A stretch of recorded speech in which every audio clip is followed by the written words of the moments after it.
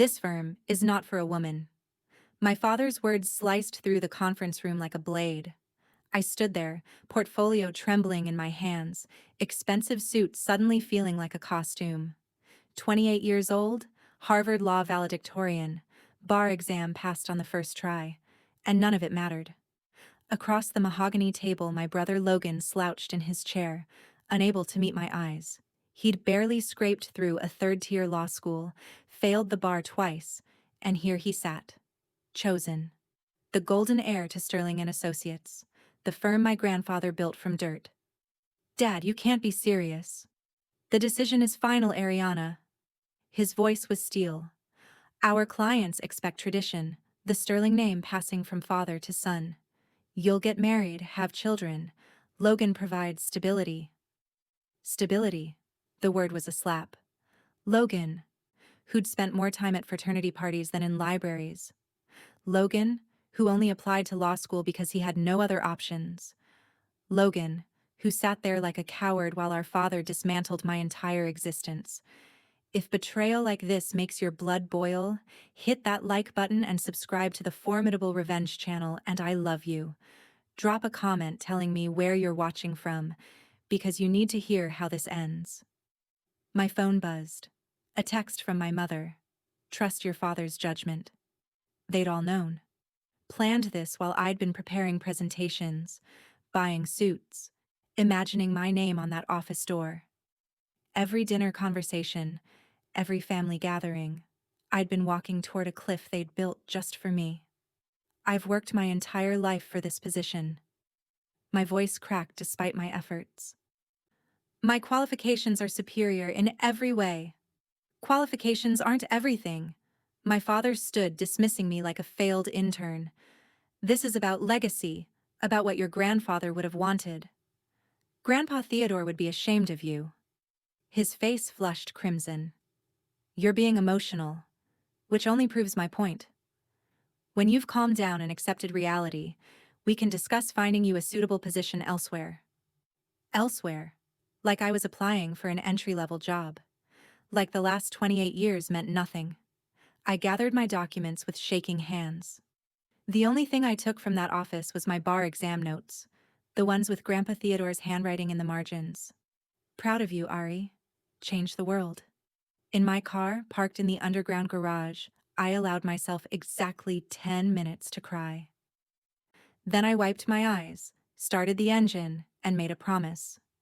Sterling and Associates had just made the biggest mistake of its existence. The couch at my friend Rachel's apartment became my world for 3 weeks. Every night I stared at her law degree on the wall, identical to mine, and felt the weight of betrayal crushing my chest. He'll come around, Rachel said, pouring wine into coffee mugs. Your father can't actually believe Logan is qualified. It's not about qualifications. The truth tasted bitter. It's about chromosomes. I could have been perfect, and it wouldn't have mattered. My phone lit up constantly. My mother's tearful voicemails begging me to be reasonable. My father's clipped messages demanding I stop this childish behavior. Logan's pathetic text, Dad's really mad, just apologize and come back. Apologize. For being born wrong. The real nightmare started when I began job hunting. Boston's legal community was smaller than I'd realized, and my father's influence reached everywhere. 20 interviews, 20 polite rejections. Why aren't you joining the family firm? One senior partner asked, his smile predatory. I'm seeking my own path. Robert Sterling mentioned you might reach out. We're not hiring right now.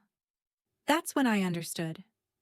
My father hadn't just stolen my legacy, he'd blacklisted me.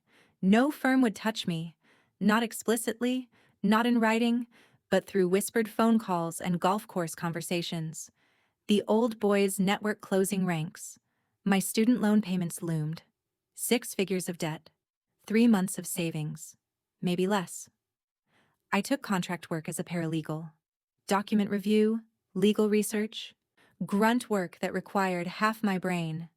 The humiliation burned, but the lights stayed on. 6 weeks after the betrayal, I saw Logan at a courthouse coffee shop. He wore a crisp designer suit, the firm's lapel pin gleaming. I'd worn the same outfit 3 times that week. Ariana. He looked genuinely uncomfortable. How are you? Living the dream. Look, I'm sorry about how everything happened. I didn't ask for this. But you didn't refuse it either. I kept my voice steady. You sat there silent while Dad destroyed everything I'd worked for. What was I supposed to do? Stand up for what's right, support your sister. Question blatant discrimination. I leaned closer. Any of those would have been nice. He lowered his voice. Everyone misses you. Dad thinks you'll come to your senses soon. Tell Dad I'll come to my senses when he realizes it's not 1950 anymore. I walked out before he could respond, rage fueling every step. They expected me to break, to crawl back and accept whatever scraps they offered. They'd fundamentally misunderstood who I was. New Year's Eve, I hit rock bottom. Rachel was out with her boyfriend. I sat alone, surrounded by rejection letters and overdue loan notices, contemplating whether law was even my calling anymore. Then I remembered something Judge Helena Rodriguez had told me at a bar association event. Your grandfather started with nothing but determination and principles. Perhaps the apple doesn't fall far from that tree. That's when the plan crystallized. If Sterling and Associates wouldn't have me, I'd build something better. The office space I found was brutal. A cramped room above Sal's Diner in South Philadelphia, previously occupied by a tax accountant who'd left behind a dented desk and broken filing cabinet. The rent devoured my savings. Malpractice insurance took the rest. Rosie, the diner owner, knocked off 20% when I explained my situation. Men have been underestimating women since forever, honey. Proving them wrong? That's the sweetest revenge. I bought business cards with raised lettering. Ariana Sterling, attorney at law. Because appearances matter, even when your reality is held together with hope and fury. My first client came through Rachel's cousin, a divorce case, abusive husband, woman convinced she was worthless. The case resonated deeply. I worked triple the hours our agreement justified. When we won a fair settlement, her relief was worth more than money. Word of mouth brought a trickle of cases. Nothing glamorous, but enough to build a reputation. I specialized in workplace discrimination cases, women passed over for promotions, subjected to hostile environments, fighting to be taken seriously in male-dominated fields. Their battles were my battle. If this story is hitting different, don't forget to subscribe and hit that notification bell. You won't want to miss what happens next. 3 months in, I connected with the Women's Legal Coalition, a network of female attorneys supporting each other through referrals and mentorship. At my first meeting, I was the youngest, least established attorney present. We've been watching your progress, said Patricia Nguyen, a founding member. It takes courage to do what you're doing. Through them, I received my first major case, representing Claire Davidson in a sexual harassment suit against a financial services company. The defendant hired Morrison & Webb, one of the city's most prestigious firms. The senior partner? My father's golf buddy. The opposing counsel tried everything to intimidate me, scheduling conflicts, excessive document requests, condescending remarks about my little office. I remained unflappable while channeling my rage into meticulous preparation. During depositions, I systematically dismantled their witnesses. By the final day of discovery, they'd tripled their settlement offer. When we won, securing a significant settlement and mandatory training programs, legal blogs covered the story. My phone started ringing more frequently. 6 months after opening my practice, I hired my first employee, Taylor Reeves, a recent graduate who'd faced her own discrimination battles. I'd done more than survive. I'd begun to thrive. 14 months after the betrayal, I moved into a legitimate office suite downtown. 3 rooms, a receptionist, actual furniture that wasn't held together with hope. I added a third team member, Jordan, a paralegal with an uncanny ability to find buried evidence. My track record spoke for itself. I won a landmark case against a tech startup that had systematically underpaid female engineers. The Philadelphia Legal Journal published a profile calling me an attorney to watch. No mention of Sterling and Associates. I'd earned this recognition myself. Meanwhile, whispers about the family firm reached me through the legal grapevine. Logan was drowning, lost major motions due to inadequate preparation. Overwhelmed by client expectations, my father, unwilling to admit his mistake, micromanaged every aspect of Logan's work, creating a toxic environment that drove away 3 longtime associates. The firm's reputation was suffering, declining quality, internal discord. Part of me felt vindicated. Mostly, I felt sad for Logan, set up to fail by a father whose pride prevented him from admitting error. Then Harold Whitman, a longtime Sterling and Associates client, approached me after a courthouse encounter. "I followed your work on the Davidson case. Very impressive." He smiled. "I've been with your father's firm for 20 years, but I'm considering a change. Would you be interested?" The question presented an ethical dilemma. Taking clients from my family's firm felt like crossing a line, but I had every right to grow my practice. I established a policy. I wouldn't actively recruit from Sterling and Associates, but if clients approached me directly, I'd consider representation. Over lunch with Patricia Nguyen, I learned more about the situation at my former family firm. "The legal community is concerned," she said carefully. "Your brother has been observed appearing unprepared. There are rumors about drinking during lunch breaks." Logan was never cut out for this, I admitted. He wanted to teach history. Dad wouldn't hear of it. "Have you had any contact?" "None. My mother calls monthly with the same message. Apologize to Dad. Everything can go back to normal." 2 days later, my mother appeared unannounced at my office. She looked smaller, frailer than I remembered, distinctly uncomfortable in my modest surroundings. "This is nice," she said, glancing around. "Very professional." "What brings you here, Mom?" She fidgeted with her wedding ring. "Your father doesn't know I'm here. He'd be furious." "That doesn't surprise me.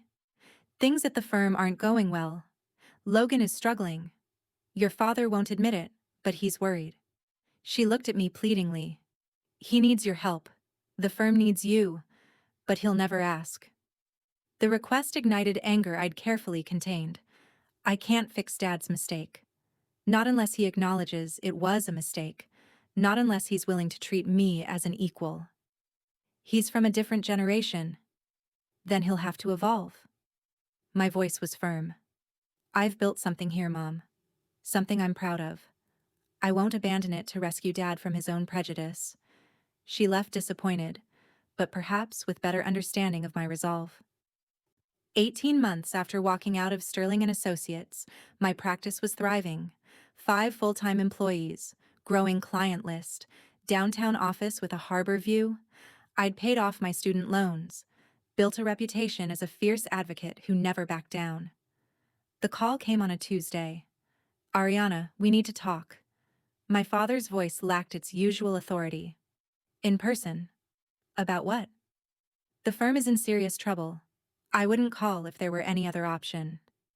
Something in his voice, a vulnerability I'd never heard, made me agree to meet at Harrison's Steakhouse, neutral territory. I arrived 15 minutes early, selecting a corner table with a clear view of the entrance. My father appeared exactly on time, and I was shocked. He'd aged dramatically, new lines etched deeply around his eyes. His confident stride diminished to a weary shuffle. "Thank you for coming." He sat without our usual greeting. After ordering, he got straight to the point. "The firm is facing a malpractice lawsuit. Serious, with potential criminal implications." I kept my expression neutral. "Tell me." "Logan mishandled a major client's trust account. There were irregularities in fund management. The client is alleging negligence bordering on misconduct." "Was it negligence or misconduct?" He looked down. "Logan has been struggling. With pressure. With alcohol. He made serious errors in judgment." Logan arrived then, looking worse than my father. Gaunt, dark circles under bloodshot eyes. He slid into the chair beside Dad, avoiding my gaze. Thanks for coming, Ariana. I'm still waiting to hear exactly what happened. Logan finally looked up. I screwed up. Bad. I was in over my head from day one, trying to handle cases I wasn't prepared for, clients I didn't understand. I started drinking to cope, missed deadlines, cut corners. The Patterson Trust. My father continued. Logan was handling their estate planning, significant assets requiring careful management. There were improper transfers. Did you steal client funds? I asked bluntly. No, Logan insisted. But I moved money between accounts to cover mistakes. Failed to document transactions properly. When beneficiaries started asking questions, I panicked and tried to cover my tracks. The betrayal was deeper than I'd imagined. Drop a like if you're as shocked as I was. And stick around because the revenge gets savage. The optics are terrible, my father added. Even if we can prove no criminal intent, the reputation damage could destroy the firm. Your grandfather's legacy would be ruined. I sat back, absorbing this. And you want my help? We need you. The words were clearly difficult for him. Your expertise. Your reputation. My reputation? I repeated. The same reputation you dismissed as irrelevant when you said a woman couldn't handle the firm's major clients? My father looked ashamed. I was wrong. 3 simple words. But they weren't enough. If I consider helping, I have conditions. Name them. Equal partnership. My name on the door. Sterling, Sterling, and Sterling. Complete control over this case. I bring my key team members. And structural changes to the firm, modern policies, inclusive culture, merit-based advancement. My father started to object, then looked at Logan's desperate face, his own trembling hands. We don't have much choice, do we? There's always a choice, I replied, but only one that saves the firm. Walking through the glass doors of Sterling and Associates again was surreal. Some employees looked shocked, others relieved. My father's longtime secretary hugged me tightly. Thank God you're back. The firm had changed. Tense atmosphere, empty desks, hushed conversations. My grandfather's portrait still hung in the lobby, his kind eyes following me as I walked to what would become my office. Ironically, the same corner office that should have been mine 18 months earlier. I converted the largest conference room into a war room, covering walls with timeline charts, legal strategies, communication plans. I brought in my top people from my own firm. I reviewed every document related to the Patterson Trust. The damage was substantial but not irreparable. Logan had made serious errors but hadn't committed intentional fraud. With the right approach, immediate transparency, fair settlement offer, restructured management, enhanced protocols, we could potentially resolve this without criminal charges. For 3 weeks, I worked 16-hour days, sleeping on the office couch. My father watched with respect and regret as I commanded the response team, negotiated with opposing counsel, developed a comprehensive recovery plan. You're better at this than I ever was, he admitted late one night. Better than I ever gave you credit for. I know, I replied simply. Then disaster struck.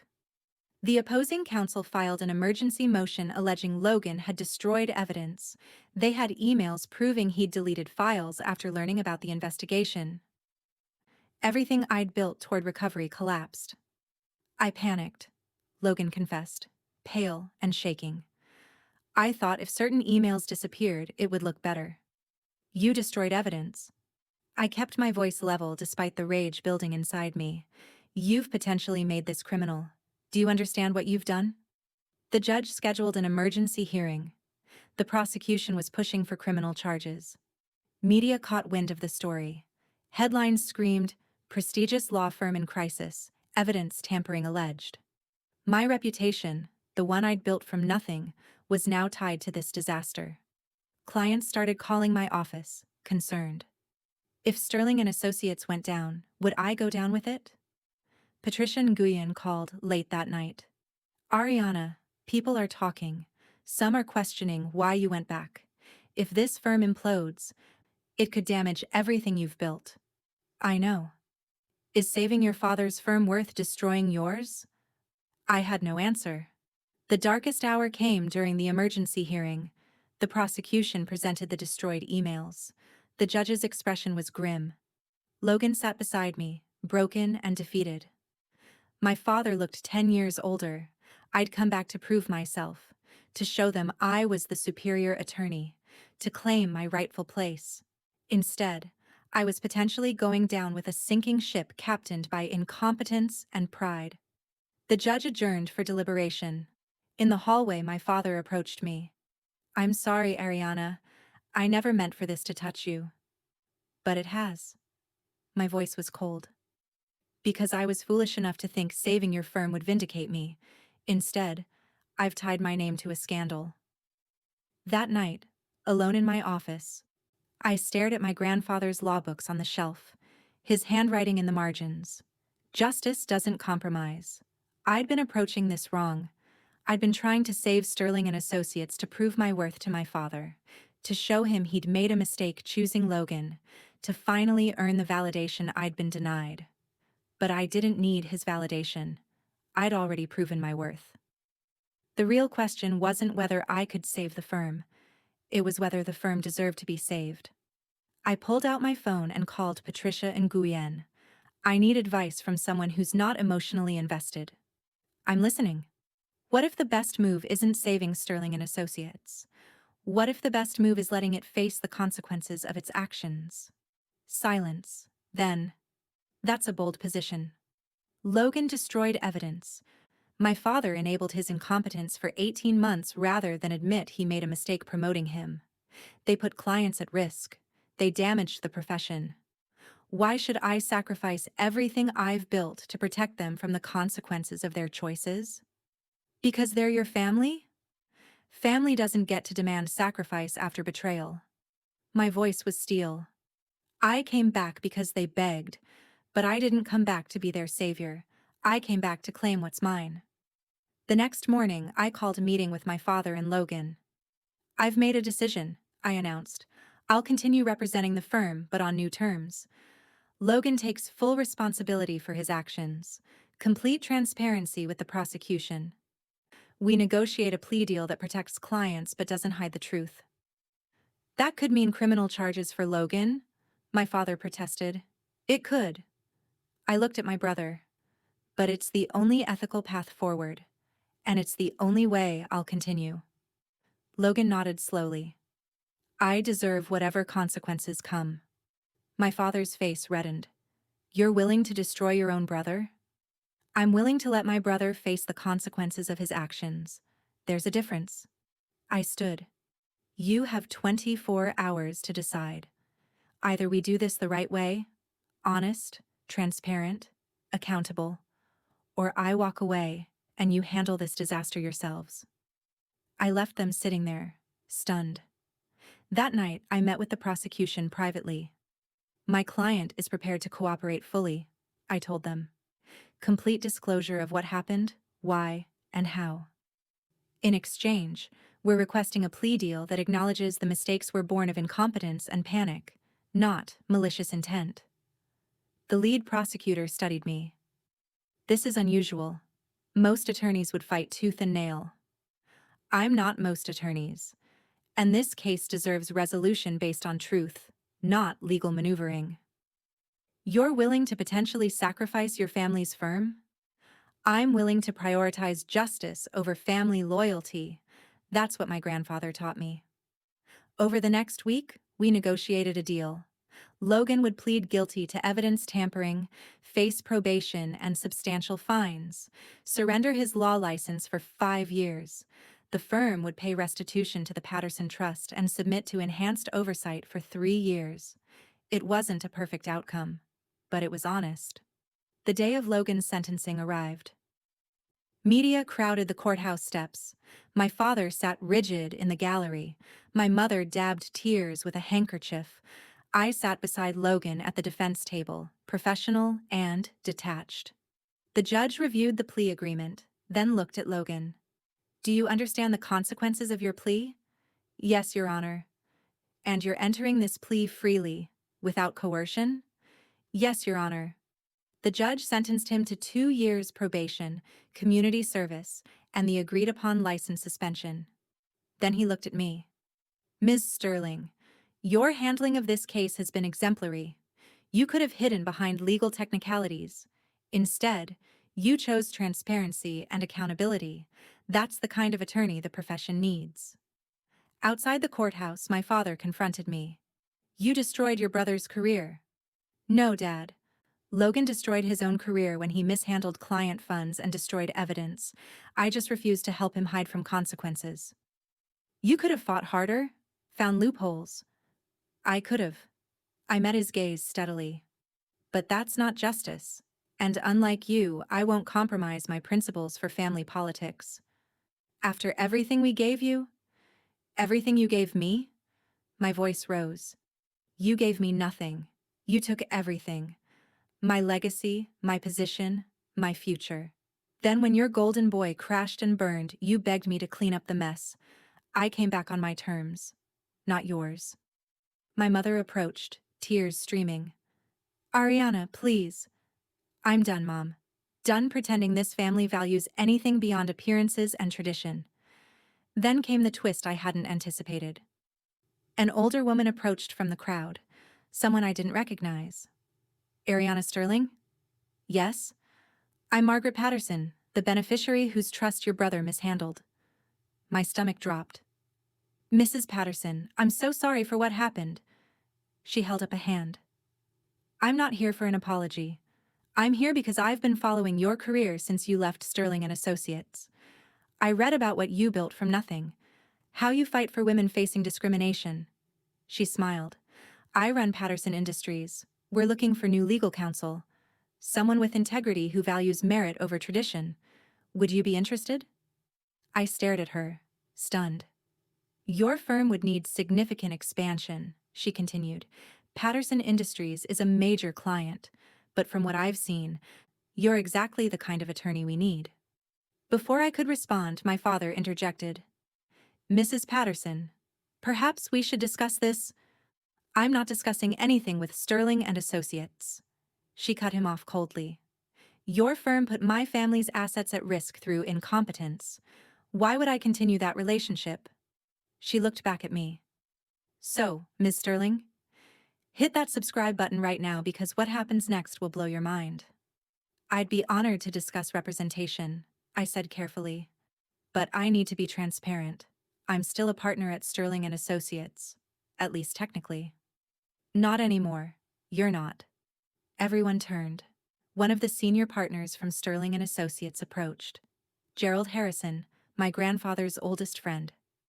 We held an emergency partners meeting this morning, he said, looking at my father.